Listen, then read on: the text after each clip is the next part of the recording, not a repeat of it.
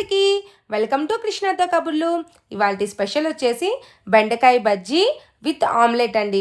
వేడి వేడి అన్నంలోకి జోమ్గా ఉండే బెండకాయ బజ్జీని అలా కలుపుకుంటూ కొంచెం ఆమ్లెట్ తుంచుకొని నంచుకొని తింటూ ఉంటే వేడి వేడి అన్నంలో భలేగా అనిపిస్తుందండి. అయితే ఇక ప్రొసీజర్లోకి వచ్చేద్దాము. నేను ఒక 1/2 కేజీ బెండకాయలు తీసుకున్నాను. వాటిని బాగా కడుక్కొని తుడుచుకోండి. దానిపైన గమ్ము ఉంటుంది. ఆ గమ్ము మొత్తం పోయేలాగా తుడుచుకుని నేను పెద్ద పెద్ద ముక్కలుగా కట్ చేస్తున్నాను చూడండి. ఒక 5, 6 బెండకాయలు ఒకేసారి పెద్ద పెద్ద ముక్కలుగా కట్ చేస్తున్నాను. ఎందుకంటే బజ్జీ అంటేనే ఉడకబెడతామనమాట. అది బాగా ఉడుకుతుంది. అందుకని నేను పెద్ద పెద్దవిగా కట్ చేసుకుంటున్నాను. ఆ విధంగా ఒక 5, 6 తీసుకునేసేసి వీటన్నిటిని ఒక గిన్నెలో వేసుకుంటున్నాను. అయితే మా అమ్మ చెప్పేదనమాట.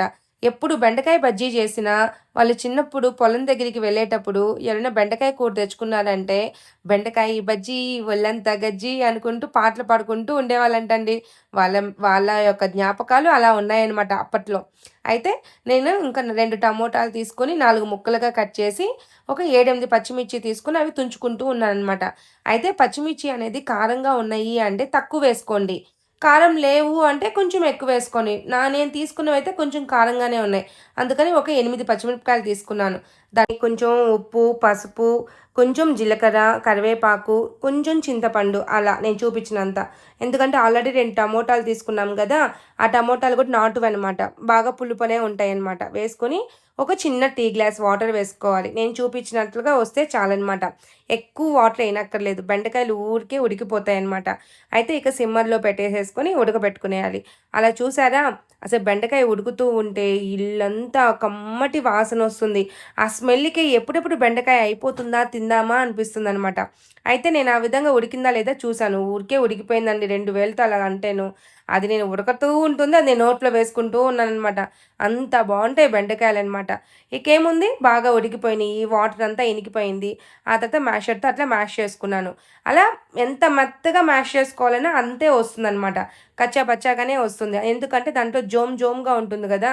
దానివల్ల. ఇక పాన్ పెట్టుకొని ఆయిల్ వేసుకొని దాంట్లో కొంచెం వడియం వేసుకుంటున్నాను. నేను చూపిస్తున్న దాన్ని వడియం అంటారు. ఇట్లా చిత్తూరు డిస్ట్రిక్ట్ సైడు ఆనియన్సు, చిన్నుల్లిపాయలు, ఆవాలు, మినపప్పు, మెంతులు అన్నీ మన తాలింపు గింజలు అన్నీ వేసేసుకొని ఉప్పు వేసి ఎండబెడతారనమాట. అది 1 ఇయర్ వరకు ఉంటుంది. దట్టు అది భలే స్మెల్ వస్తుంది.